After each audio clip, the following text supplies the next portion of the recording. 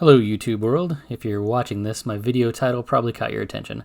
The title was a little bit of clickbait because I know a lot of people know about this technology, but I still don't think it's as widespread as it should be.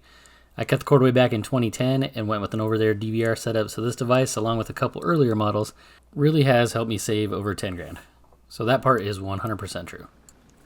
Inside these nondescript boxes, I have two of the current models of the HDHomeRun Network TV tuner from Silicon Dust.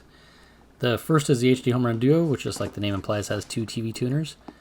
These devices connect to a TV antenna and then broadcast a signal on your home network, which I always thought was genius. The second is the HDHomeRun Flex 4K, which has four tuners and the ability to do 4K over-the-air TV, which is going to be a thing of the future with the next-gen ATSC 3.0 standards. The scope of that topic is too big for this video, so I'm just going to quickly cover the basics of this hardware. I do want to mention quickly that the HDHomeRun is also not the only network TV tuner on the market. There are also solid offerings from Tableau and AirTV now available. Both boxes are physically identical. They came with the setup guide that I tossed aside. You can see the HDHomeRun branding on the top and the identification sticker on the bottom. 4 ports on the back. You have coax to connect your antenna, a USB port, an Ethernet port, and the port for the AC adapter that you plug in to power the device.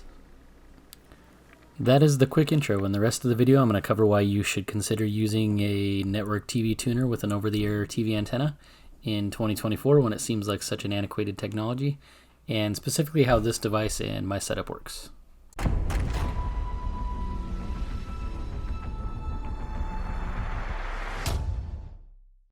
There is some information I need to give you before I get into how my setup works. First, you can see that I'm on a Fire TV, but the HDHomeRun app is available for most smart TVs, and a big driver of the HDHomeRun is that it supports Plex, Kodi, and Ambi. That brings me to my next point, that there used to be a large technical component to running the HDHomeRun that I think was either too difficult or too much work for most people. But now you can use the HDHomeRun app and get up and running in minutes. There is a $35 annual fee that I pay for my setup, which gives me 2 weeks of guide data, the DVR license, and the full advanced features of Silicon Dust DVR that allows me to record to a QNAP NAS on my network. You can also plug in a USB hard drive to the back of the box to simplify the setup instead of using a network storage device.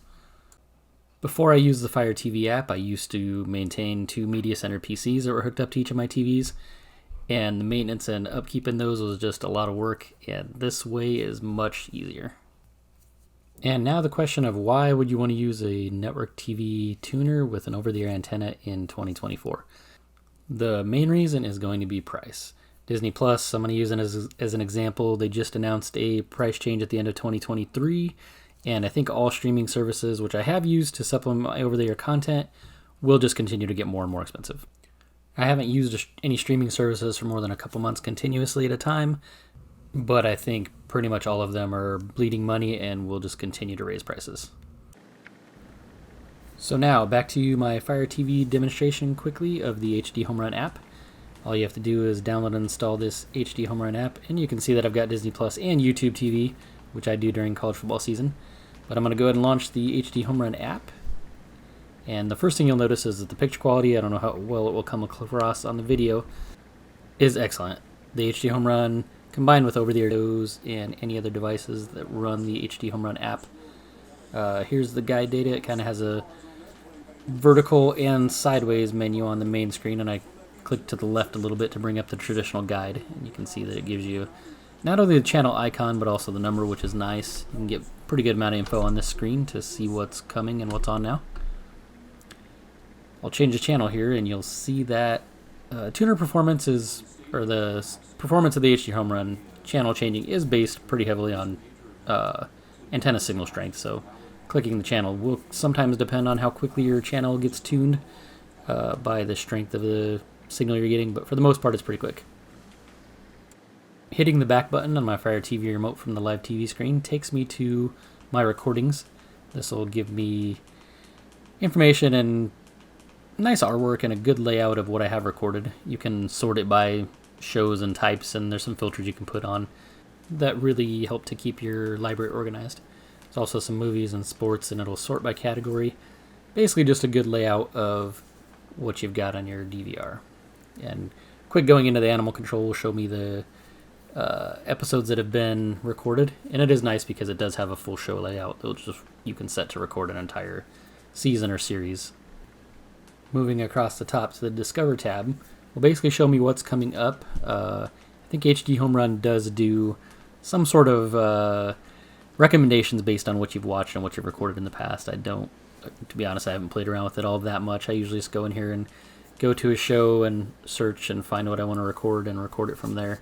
So I haven't played with this a ton, but I do know that there's some recommendations coming. But again, you can kind of record. If you go into a show that it recommends, you can record by just a single airing, or you can do more and you can do a series or this channel. There's some criteria you can set up for more specific recordings and jobs that'll run long term.